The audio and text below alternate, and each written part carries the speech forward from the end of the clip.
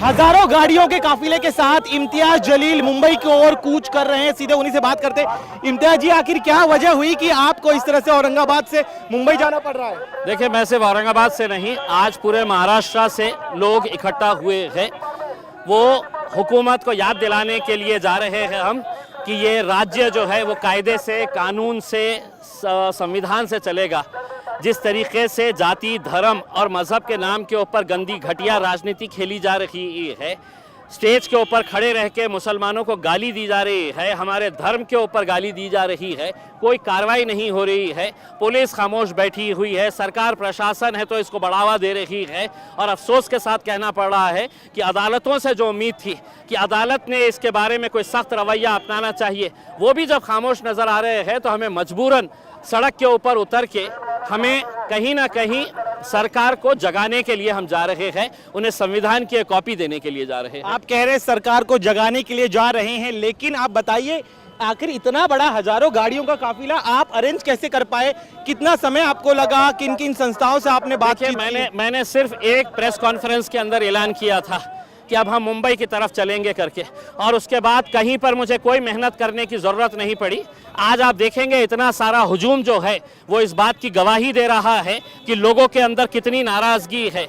क्या ये देश, क्या ये राज्य गुंडागर्दी के हिसाब से चलेगा कि कोई कुछ भी कहेगा और हमने खामोश बैठ के सुनते रहना चाहिए? पुलिस ने खामोश बैठ के सुनते रहना चाहिए? महाराष्ट्र का एक इतिहास रहा है, बहुत अच्छे पुलिस ऑफिसर्स यहाँ पर रहे हैं, लेकिन अफसोस के साथ कहना पड़ रहा है कि राजनीति ने इनके ऐसे हाथ बांध रखे हैं कि ये बेचारे भी कुछ कर नहीं पा रहे हैं। अपनी आंखों के सामने देख रहे हैं कि गैर कानूनी कुछ हो रहा है, कोई क्रिमिनल एक्ट हो रहा है, लेकिन कर नहीं पा रहे हैं क्योंकि सरकार ने इनके पूरे हाथों को जकड़ के रखा हुआ। लेकिन देखिए, रामगिरी महाराज का कहना है कि उन्होंने कोई भी गलत बयान नहीं दिया है, अगर आपको आपत्ति है तो आप कोर्ट जाइए।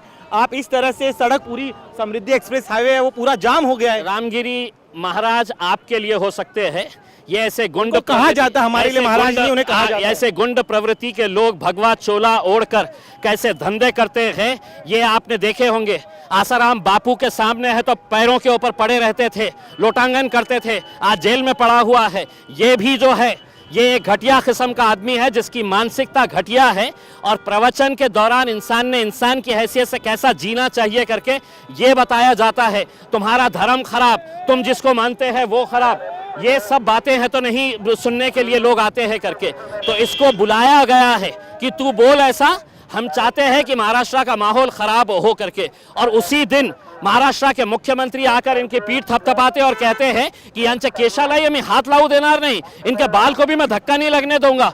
सोचिए, जो मानसिकता इसकी है वही मानसिकता सरकार की भी है। आप कह रहे हैं सरकार जो है रामगिरी महाराज का साथ दे रही है, लेकिन दूसरी दलील, खासतौर पर मुख्यमंत्री का एक बयान भी मैं आपको याद दिला दूं, जब उन्होंने कहा था कि इनके बाल को भी जो है हम ठेस पहुंचने नहीं देंगे। ऐसे में क्या इस तरह से इतना बड़ा काफिला लेकर जाना एक तरह से सरकार पर दबाव बनाने की रणनीति आप? बिल्कुल, सरकार सोने का नाटक कर रही है। हम सरकार को जगाने के लिए और एक संविधान की कॉपी उन्हें गिफ्ट करने के लिए आए हैं कि आपका हमारा देश, हमारा राज्य जो है, महाराष्ट्र की एक संस्कृति हुआ करती थी।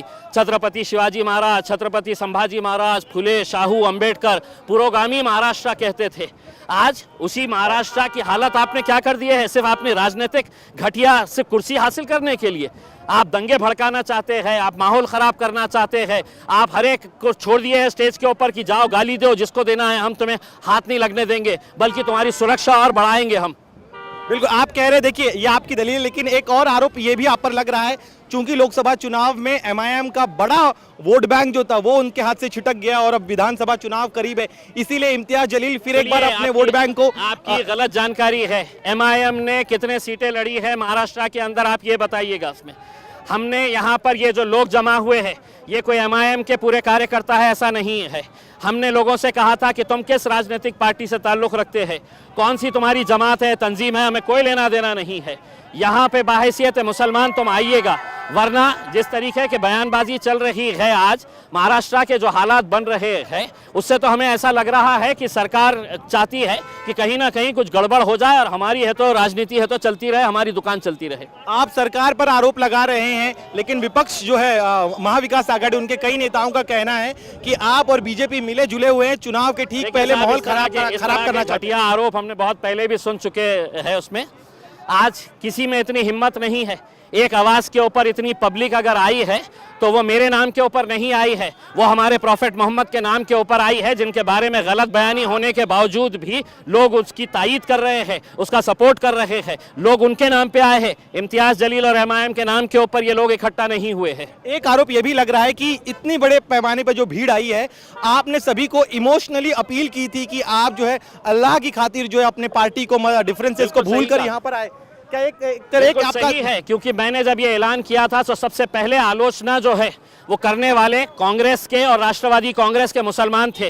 वो मुसलमान थे जो आज के दिन उद्धव ठाकरे के साथ जुड़े हुए हैं। उन्हें ऐसा लगता था कि मैं कोई राजनीति कर रहा हूं। मैंने हाथ जोड़कर लोगों से कहा कि मैं तुमसे अपील करता हूं, हाथ जोड़कर अपील करता हूं कि एक मर्तबा हम अपने राजनीतिक मतभेद साइड में रखेंगे और बाहैसियत मुसलमान हम आएंगे यहाँ पर सड़क के ऊपर, क्योंकि ये मेरा भी देश है, ये मेरा राज्य है, उसमें मुझे भी गर्व है आज भारतीय मुसलमान होने की हैसियत से। आप मुझे किस तरीके से, मैं क्या गालियाँ सुनने के लिए आपके बैठा हुआ हूँ यहाँ पे? कोई कायदा कानून नहीं है। जो कानून है तो नारायण राणे के लड़के के खिलाफ के लिए है, वही कानून मेरे लिए है। अगर वो बोल सकता है तो मैं भी बोल सकता हूँ, उससे अच्छा बोल सकता हूँ। लेकिन आप लगातार दलील दे रहे हैं कि आपकी संस्कृति में नहीं है, सिखाया नहीं गया है, इसीलिए आप भड़काऊ बयान नहीं दे रहे हैं। लेकिन दूसरी तरफ जो आपके विरोधी है वो कह रहे हैं कि आज सही मायनों में एमआईएम जो है वो पूरे दलबल के साथ मुंबई पहुंच रही है और आज तक कभी देखा नहीं गया कि इतने बड़े पैमाने पर इतने संख्या में लोग मुंबई कूच करे हजारों गाड़ियों के साथ। देखिए, मैंने पहले ही कहा था पहली प्रेस कॉन्फ्रेंस के अंदर कि महाराष्ट्र के इतिहास की ये सबसे बड़ी रैली होगी। लेकिन जैसे जैसे ये काफिला बढ़ता गया, मैं आपको यकीन के साथ कहता हूं कि हिंदुस्तान के इतिहास के अंदर इतनी बड़ी रैली आपने देखे नहीं होंगे जो आज मुंबई पहुंचे तक लोग अलग अलग इलाकों से हमें जोड़ने वाले। लेकिन अगर आपको मुंबई तक पहुंचने नहीं दिया गया तब क्या निकले तो करेंगे? सही है, निकले तो सही है। हर रोज हमारा संघर्ष का दिन है, हर रोज हम लड़ते रहते हैं। आज भी लड़ेंगे, संघर्ष करेंगे। हमारा मकसद जो है पहुंचाने का, वो पहुंचाने की कोशिश करेंगे। उसका राजनीतिक दलों के झंडे को लाने से आपने क्यों इनकार किया? क्या आपके एक रणनीति का हिस्सा था? बिल्कुल, हमने ये कहा था कि ये कोई राजनीति का मामला नहीं है, ये हमारे मजहब से, हमारे धर्म से जुड़ा हुआ मुद्दा है, ये इंसानियत से जुड़ा हुआ मुद्दा है। प्रॉफेट मोहम्मद जो है वो इंसानियत का पैगाम दिए हैं और आप इस तरह की बयानबाजी करते हैं। 60 एफआईआर रजिस्टर होने के बावजूद भी कोर्ट का काम नहीं था अदालत का कि अदालत ने पुलिस से पूछना कि चार्जशीट कितने उसमें फाइल हुई है, क्या एक्शन लिया गया है करके। उसमें पुलिस खामोश बैठी हुई है, हाथ बांध दिए गए हैं। आईपीएस ऑफिसर डरे हुए हैं कि कहीं पर हमें कोई नक्सलाइट एरिया के अंदर ट्रांसफर कर देगा, तो कोई कुछ कर नहीं रहा है। चलिए, एक आखिरी सवाल मेरा, यहाँ पे जो पीछे भीड़ दिखाई दे रही है, इस भीड़ के बारे में बताइए।